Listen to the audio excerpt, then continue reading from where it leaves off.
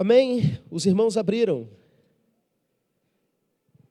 Queridos, semana passada nós pregamos nesse texto e na semana que vem também vamos voltar a esse texto, porque nós estamos numa série de mensagens a respeito da ação do Espírito Santo de Deus nas nossas vidas. Na semana passada nós aprendemos sobre a ação do Espírito Santo na vida da igreja e hoje nós vamos meditar sobre a ação do Espírito Santo na vida das famílias. Lemos assim a palavra do Senhor em João 14, a partir do verso número 25. Isso vos tenho dito, estando ainda convosco. Mas o Consolador, o Espírito Santo, a quem o Pai enviará em meu nome, esse vos ensinará todas as coisas e vos fará lembrar de tudo o que vos tenho dito. Amém? Vamos orar? Eu quero que nesse momento você ore pela sua vida, para que você não saia daqui sem Deus falar com você. E ore por mim. Eu sou, meus irmãos, um ser humano como qualquer outra pessoa. Outro dia no meu canal no YouTube, uma irmã comentou uma das pregações, destacando essa questão. Nosso pastor Clériston sempre para poder orar, para pedir que a igreja ore por ele antes de começar a pregar. Irmãos, ai de mim. Eu sou alguém muito necessitado das orações dos irmãos. Se você entende que Deus é capaz de me usar e te ensinar alguma coisa, pode ter certeza, é porque essa igreja está orando por mim. Então, faça isso nesse momento. Ore para que Deus use a minha vida, apesar dos meus defeitos, das minhas limitações. Amém?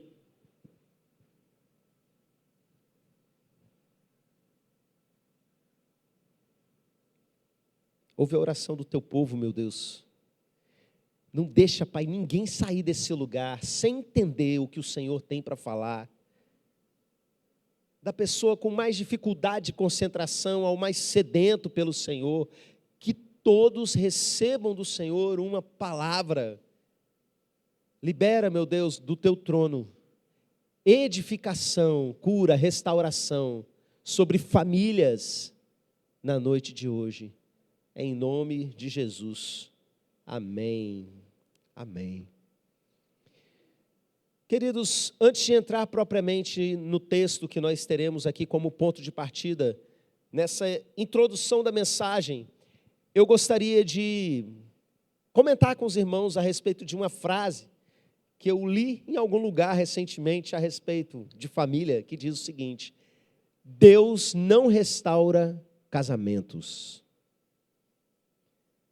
Deus restaura pessoas e pessoas restauram os casamentos.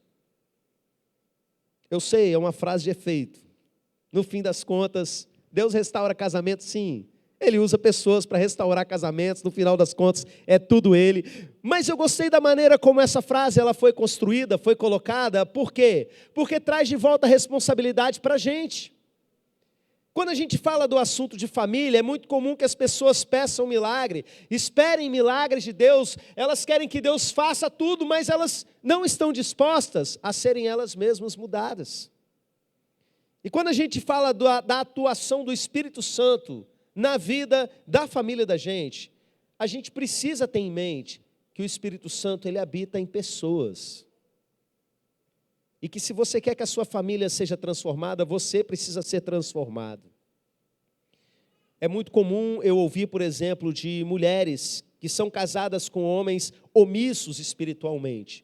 Graças a Deus nós temos na nossa igreja muitos homens de coragem, homens de fibra, homens que são o líder espiritual de suas casas. Mas volta e meia nós temos situações tristes de homens que são omissos espiritualmente. E a mulher é que está à frente de funções que a Bíblia fala que espiritualmente deveria ser o homem.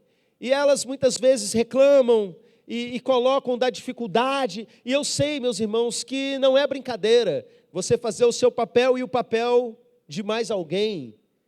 Mas eu preciso dizer para vocês que eu já vi histórias de famílias que o único crente da família era criança. E Deus fez uma obra poderosa nesse lar. Não importa a posição que você ocupa dentro da sua casa, o que importa é a sua postura. O que importa é o posicionamento espiritual que você assume.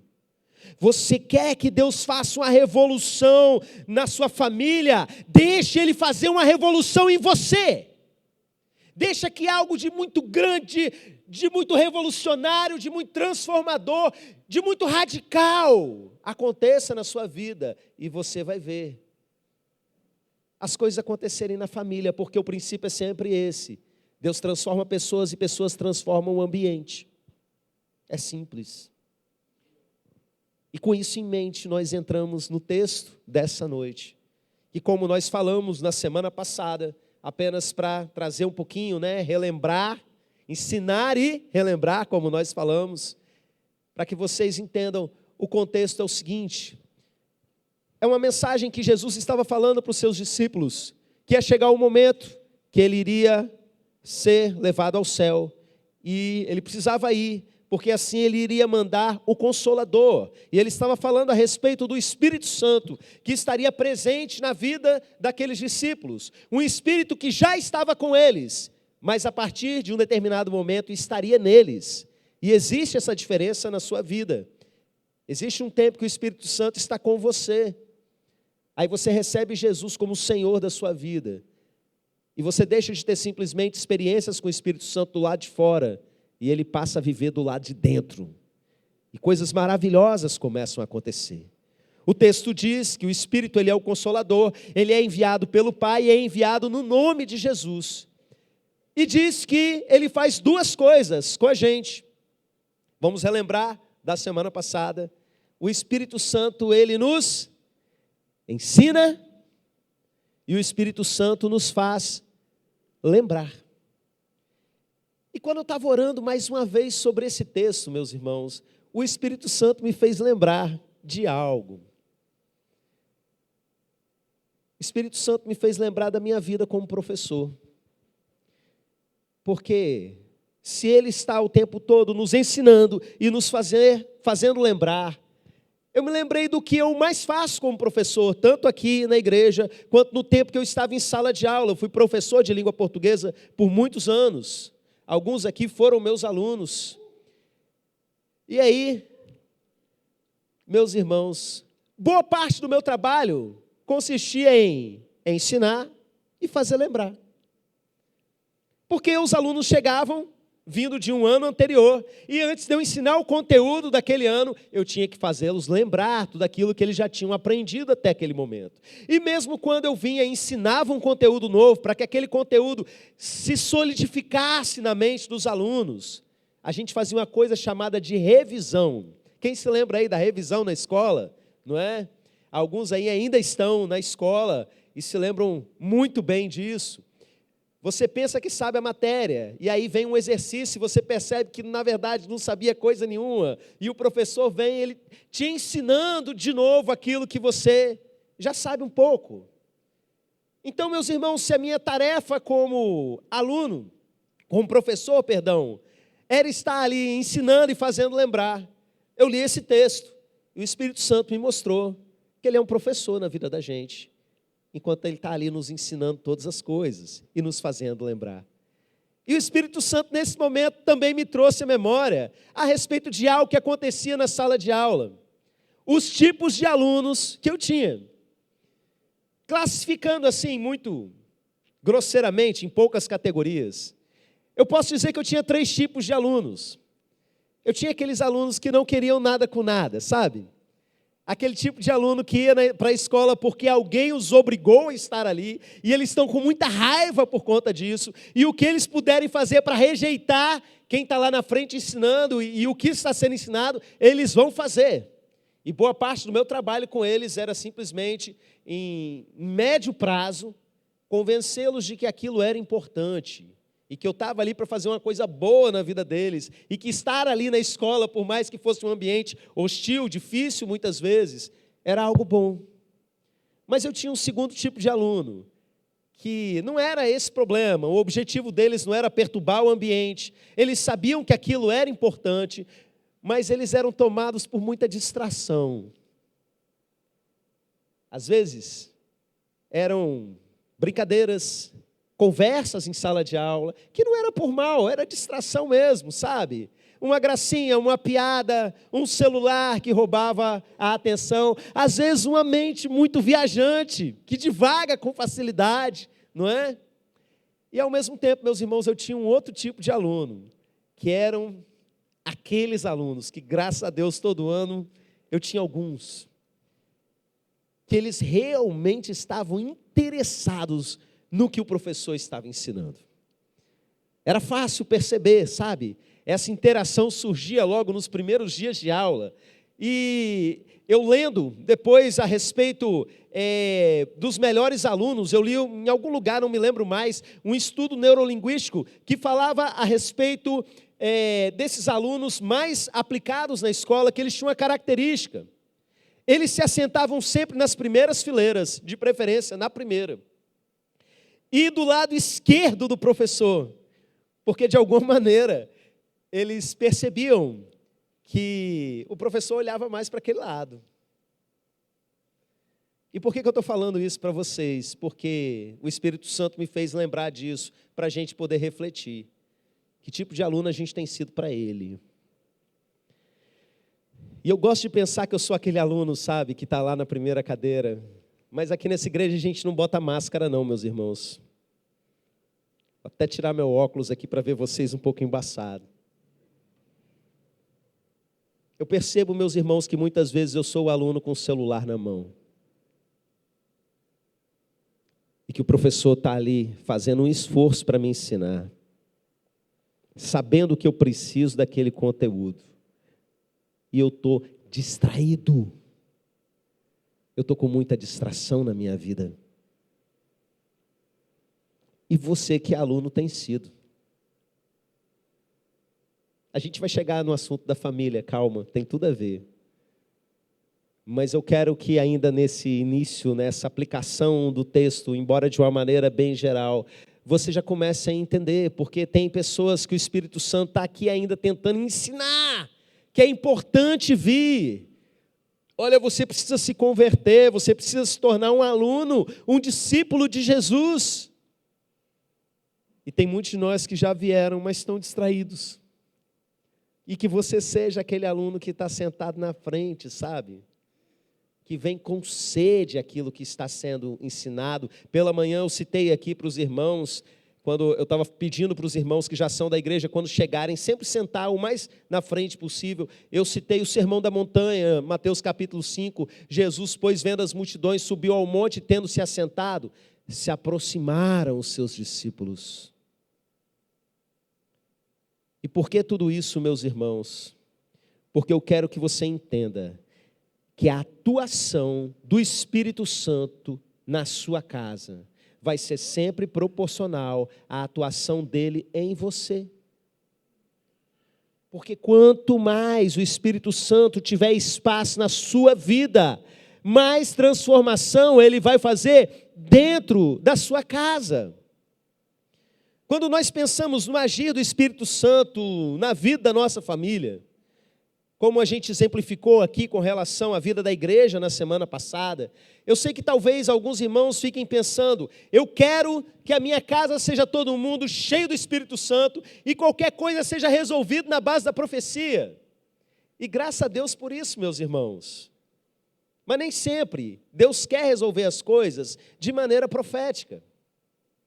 Quando a família toda é crente, é uma maravilha. Às vezes eu discuto com a minha esposa, e a gente fica naquela, né, de quem está certo, quem está errado. Eu viro, pergunta para Deus, então, quem é que está certo? Aí ela vira, pergunta a você. E daqui a pouco a gente volta, os dois perguntaram, e Deus falou, e os dois estão errados. E é maravilhoso. Mas, meus irmãos, às vezes nós precisamos tomar decisões na nossa vida. E a gente quer que Deus venha com a resposta pronta. Eu gosto quando Ele vem e traz uma revelação direta, sabe? Já preguei aqui algumas vezes a respeito disso. Tem uma mensagem lá no meu canal que eu preguei logo que o meu filho mais novo nasceu. A gente tinha passado por aquela crise lá no hospital. O nome da mensagem é Pergunta para Deus. E literalmente, meus irmãos, a vida da minha esposa foi salva porque ela perguntou para Deus e Deus falou algo de muito específico. E coisas assim acontecem o tempo todo na vida da gente. Mas eu preciso que você entenda que uma família cheia do Espírito Santo, aliás, mesmo cheia do Espírito Santo, ou principalmente cheia do Espírito Santo, muitas vezes ele não vai te dar a resposta pronta. E esse é um ponto importante para a mensagem de hoje. Ele é o professor. Eu tinha alunos que na hora da prova vinham para tirar uma dúvida a respeito da questão, do que realmente a questão estava pedindo, e daqui a pouco eles queriam que eu respondesse para eles. Você já fez essa malandragem? Tem hora que o Espírito Santo, ele não vai te dar a resposta. Tem decisões da sua vida que não adianta você querer terceirizar ela para Deus. Imagina a seguinte situação: você tem duas opções de emprego, e se uma dessas opções é uma coisa maligna, se é uma empresa, por exemplo, que exige que você trata mal as pessoas, que prega mentira para os outros, ou que o emprego, na verdade, é vender droga, é muito fácil você saber o que é a vontade de Deus e o que não é. Você perguntar para Deus é até uma ofensa, né? Você fazer uma coisa dessa. Você já sabe o que é certo, o que é errado. Mas existem situações que você tem lá, por exemplo, duas propostas de emprego diante de você. E a princípio nenhuma delas está errada. E aí o que o crente faz? Principalmente se for dessa igreja, né? Pergunta para Deus. Tem até figurinha minha do WhatsApp com essa frase: pergunta para Deus. E meus irmãos, Deus tem respondido coisas maravilhosas, porque nós cremos num Deus que fala. Mas entenda, às vezes Ele não vai te dar a resposta. Porque você precisa tomar a decisão e arcar com as consequências. Sobre a orientação do Espírito, sobre o ensino do Espírito, que faz você aprender, que faz você se lembrar. Mas a decisão de qual lado você precisa ir é sua. Você vai colocar lá os prós e os contras, e vai arcar com os contras para aquilo que você decidir. E não é um caminho certo ou o outro errado. Os dois são certos. Você escolhe. Os dois vão te dar trabalho. Os dois vão trazer dificuldades para você. E a vida é assim. Quem aí está solteiro? Fala misericórdia. Porque estar casado é bom demais, tá? Apesar do que o mundo fala aí, não é? Estar casado é uma coisa maravilhosa. Vai chegar um momento, solteiro, que você vai ter que escolher com quem você vai constituir uma família. E escolher alguém que não quer nada com Deus não pode ser uma opção. Isso está fora daquilo que eu estou falando. Você escolher alguém que não quer nada com Deus para construir uma família e depois pedir para Deus ficar remendando, por favor, não faça isso. Seja mais inteligente do que isso. Melhor dizendo, não peque, porque isso é pecado. Mas você vai encontrar situações. A moça vai olhar e tem duas propostas. E ela tem a opção de entregar o seu coração, de se permitir se apaixonar. Mas tem duas opções, os dois são servos de Deus. Os dois têm os prós, têm os contras. E muitas vezes você vai perguntar para Deus quem é. E Deus vai falar para você, aliás, não vai falar nada. Sabe por quê? Porque quem tem que escolher com quem você vai casar é você.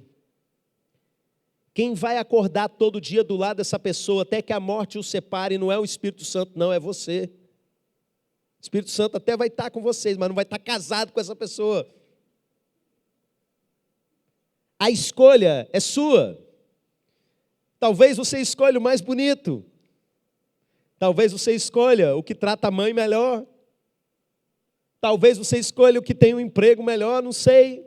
Essas coisas são tão subjetivas, não é? Mas o fato é que você vai tomar uma decisão de para quem você vai entregar o seu coração e se permitir se apaixonar. Entenda que aqui a gente não funciona no ritmo de novela e série de TV, tá? Não é, ai, me apaixonei sem querer, não sei o que, conversa fiada do inferno. Você controla a sua vida sim e a decisão está aí em você com o tipo de sentimento que você alimenta ou não no seu coração. Amém? A decisão, ela é sua, ela cabe a você, baseado naquilo que é o ensino que o Espírito Santo traz, te fazendo lembrar, te ensinando. As coisas que você já aprendeu ao longo da sua vida. Quando a gente fala, meus irmãos, de atuação do Espírito Santo nas nossas vidas, na vida da nossa família, nós precisamos trazer à mente decisões que nós tomamos todos os dias e que impactam a vida da família da gente. Tem um texto lá no livro de Tiago que nos ajuda a entender bastante isso. Abra sua Bíblia aí em Tiago, capítulo 4, verso 13 a 17.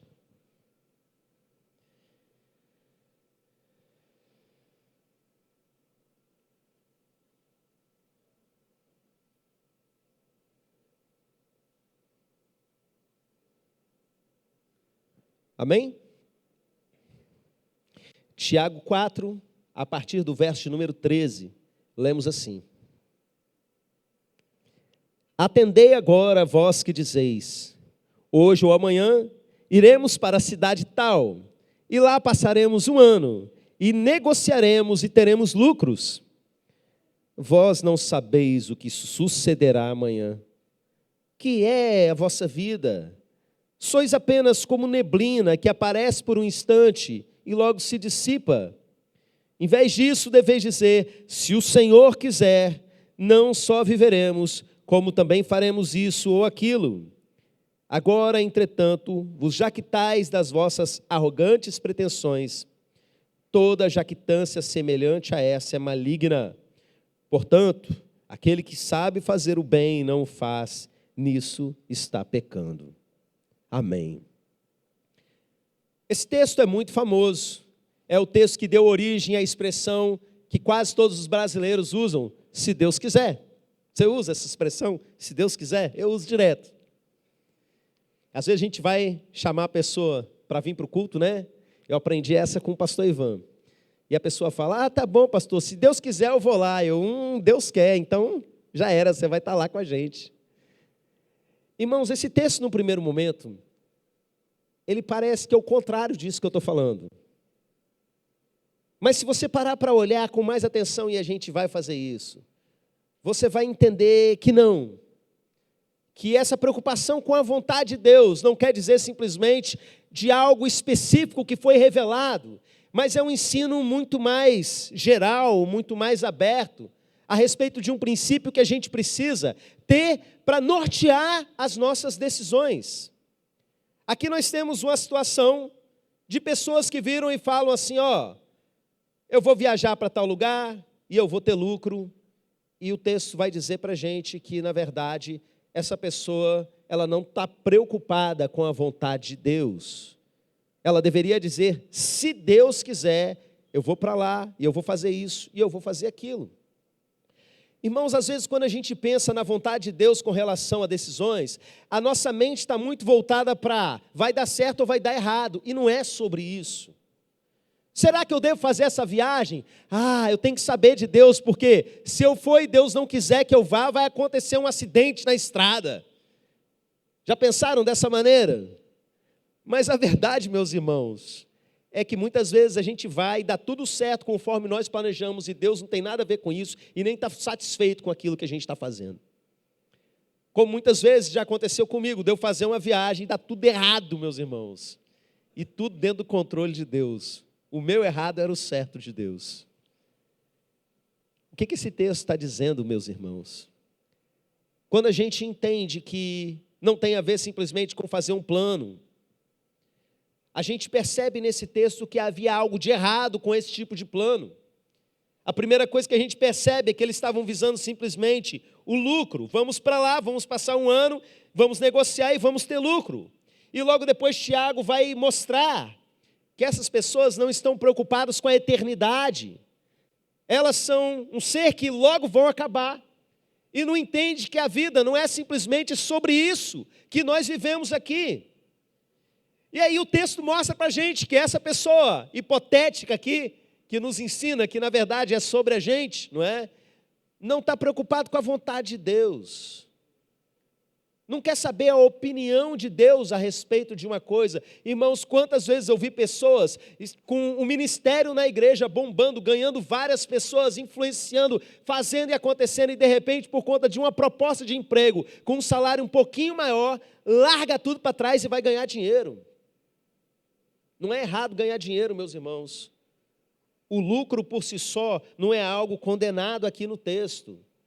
Existe algo que está sendo feito de errado. E o texto vai clareando cada vez mais para a gente. Além dele não estar preocupado com a vontade de Deus. A arrogância naquilo que ele está fazendo. E para a gente entender por completo por que esse plano está sendo tão maligno. E o texto fala isso. Toda jactância semelhante a essa é maligna. O verso 17 vai dizer para a gente assim: portanto, aquele que sabe que deve fazer o bem e não o faz, nisso está pecando. Agora eu vou fazer uma pergunta para os meus alunos mais aplicados. Esse texto, esse último versículo, tem algo muito importante que ajuda você a entender o restante do texto. O que é? Será que alguém vai se lembrar dessa? Presta muita atenção para da próxima vez você acertar. Porque quando você estiver bem velhinho, agora vocês já lembraram, né?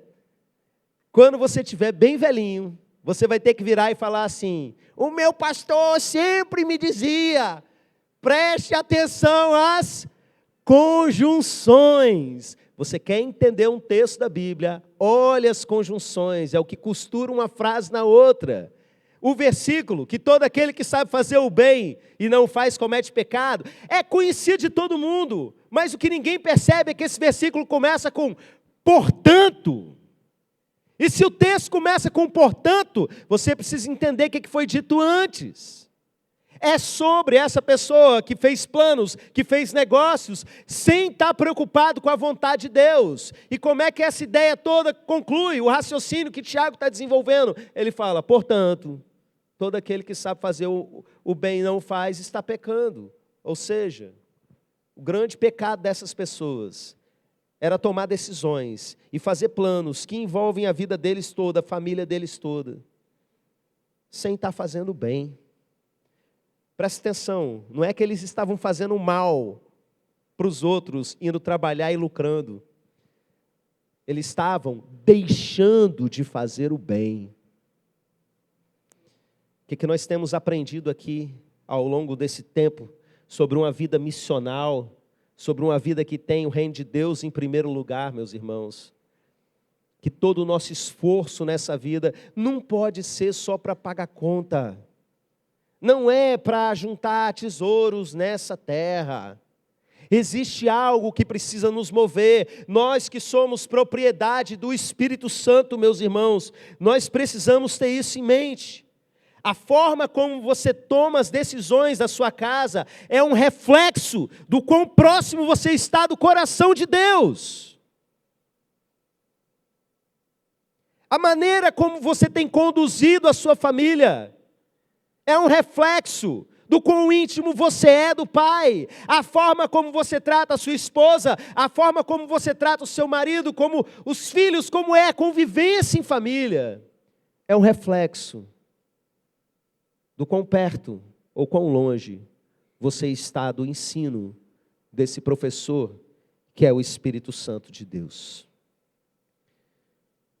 Então, chefe da família, papai, mamãe, ou filhos, que tipo de aluno você tem sido do Espírito Santo? Você tem sido aquele aluno que está ali prestando atenção na primeira fileira, atento à vontade de Deus, é o que se Deus quiser e não o que é a minha vontade? Ou você tem simplesmente conduzido a sua vida de uma maneira geral, atrás dos seus próprios interesses em todo o tempo?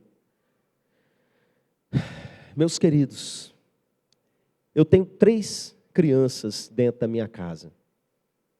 Eu não vou falar deles nesse momento, eu vou falar de mim.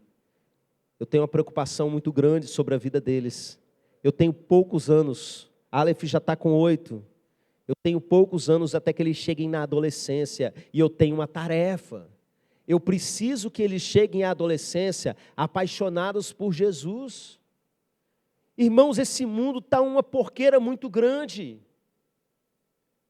E eu não posso cometer erros nesse processo, na rotina maluca que a gente vive, a ponto de fazer com que isso aqui para eles seja só uma experiência litúrgica, religiosa, e não uma experiência de intimidade com Deus.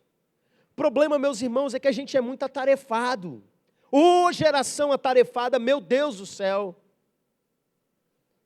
A gente arruma tempo para tudo, não é verdade? Mas para buscar o Espírito Santo de Deus, para buscar realmente crescer espiritualmente, para buscar a atuação do Espírito Santo dentro da casa da gente, a gente ainda é aquele aluno do celular na mão. Você se identifica com isso? Há um tempo atrás, ensinaram para a igreja brasileira uma coisa que eu discordo completamente. Você já deve ter visto isso. Em primeiro lugar, Deus. Em segundo lugar, a família. Em terceiro lugar, trabalho. Em quarto lugar, a igreja. Essa é a prioridade dos cristãos. Mentira, meus irmãos. Não está na Bíblia em lugar nenhum. Aí faz aquele gráfico de pirâmide assim, ó, como se você tivesse que vir seguindo uma prioridadezinha. E em cima disso, um monte de gente tem tirado a família da igreja, dizendo, não, é porque eu estou dedicando meu tempo à família. Conversa fiada, está estragando a sua família, tirando ela da presença de Deus. O que a Bíblia ensina para a gente é Deus em primeiro lugar em cada uma dessas áreas. O gráfico não tem que ser uma pirâmide, tem que ser aquele gráfico redondo, gráfico pizza. E Deus está no centro de tudo. Você trabalha porque a sua família é importante, você tem que alimentar ela. Mas a coisa mais importante do seu trabalho precisa ser a vontade de Deus. Precisa ser a direção de Deus. E na sua casa, qual é a coisa mais importante? Precisa ser a vontade de Deus. A gente está nessa geração que arruma tempo para tudo. E são coisas muitas vezes necessárias. A gente arruma tempo para viajar. Irmãos, eu fico feliz quando eu vejo os membros da igreja postando foto que estão viajando. Graças a Deus, estão passando tempo em família, estão curtindo as férias. Isso é necessário. Não pensa aqui que eu estou sendo fiscal da vida alheia, não. Sabe? Pelo contrário, eu incentivo as pessoas a isso. Mas a verdade é que a gente arruma tempo para viajar, arruma tempo para ir para a academia, arruma tempo para fazer curso, arruma tempo para ir na praia, arruma tempo para ver série. Quem aí arruma tempo para ver série? Meus irmãos, estou vendo um agora que coisa perigosa para roubar o tempo da gente. Dá vontade de emendar um episódio no outro. Arruma tempo para ver filme.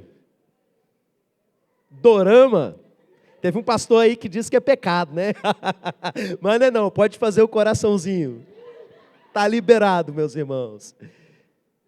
São todas coisas lícitas. O grande problema, meus irmãos, é a dosagem disso. Onde está Deus? Será que Ele tem sido a coisa mais importante a nortear as nossas decisões? A coisa mais importante na organização do nosso dia? A coisa mais importante nas coisas que nós temos por resolver na semana? Quanto mais submisso ao Espírito Santo de Deus, quanto mais transformado pelo Espírito Santo de Deus, mais o ambiente onde você está vai ser transformado. Quer ver o Espírito Santo de Deus fazendo uma obra maravilhosa na sua casa? Seja você o mais chapado da glória que você puder ser. Quer ver seus filhos rodando no poder? Para usar aqui uma linguagem bem pentecostal. Deixa eles crescerem vendo você assim. Eu fui ministrar numa igreja lá em Cariacica há um tempo atrás. Aí o irmão Marcelo, cadê o irmão Marcelo? Estava aqui tocando violão hoje. O irmão Marcelo foi comigo para interceder. E um pouco antes de sair de casa, meu filho mais velho, de 8 anos, virou e falou assim, eu quero ir também, o meu filho. Quem vai é só para ser intercessor. Não, eu vou para ser intercessor. Então tá bom, então vamos. E meus irmãos chegou lá, cataram ele para ir para a salinha.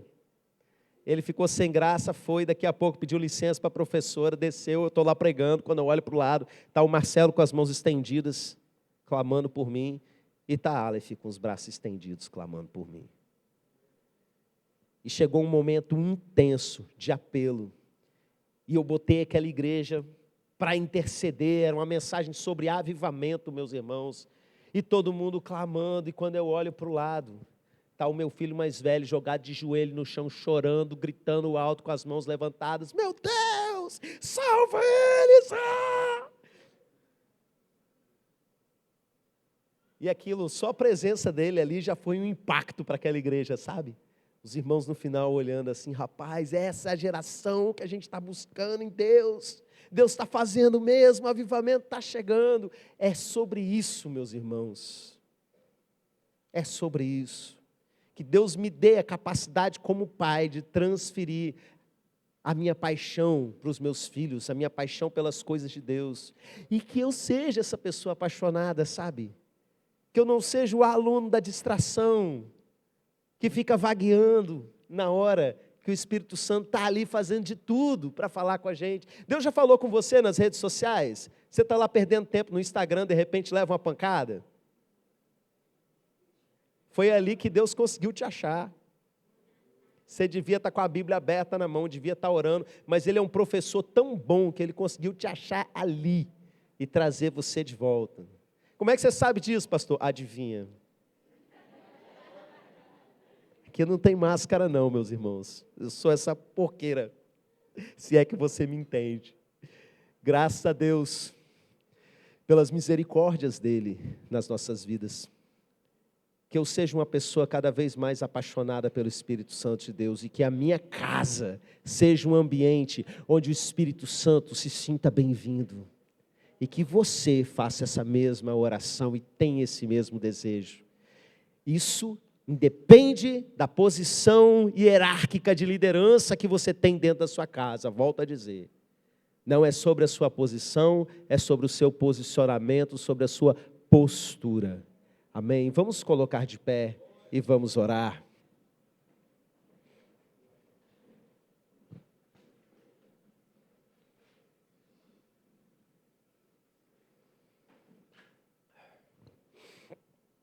Pai querido, muito obrigado, Senhor, por essa palavra que nos desafia. Muito obrigado pelo Espírito Santo que nos ensina, que nos faz lembrar, que nos consola. Eu te agradeço, meu Deus, e peço para que isso se cumpra na nossa vida, que a nossa família seja uma família ensinável, seja uma família de discípulos do Senhor, de gente que coloca em primeiro lugar o teu reino, que sabe colocar o Senhor como prioridade em cada área, que o Senhor seja em todo o tempo o centro das nossas vidas. Nos corrige, meu Pai, e nos ensina a ser alunos melhores. Eu já oro ao Senhor pela mensagem de domingo que vem, a terceira parte dessa pregação. Que o Senhor venha fazer uma revolução nas nossas vidas. Em nome de Jesus. Amém. Amém.